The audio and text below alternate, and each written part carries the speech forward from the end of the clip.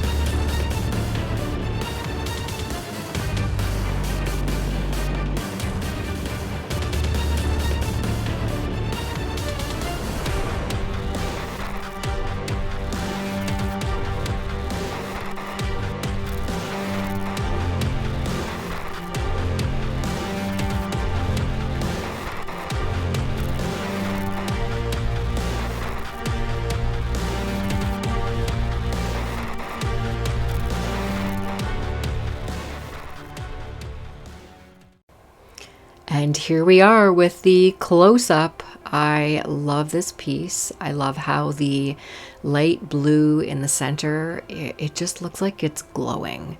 And the aqua green, the color shift aqua green, just absolutely shines now that this piece is dry. And I love that the champagne gold has just dispersed itself throughout the entire piece, and it just gives it all a nice big sparkle, which is exactly what I love. Thank you so very much for joining me today. Have a great day and a great week, and I will see you in the next video. Bye!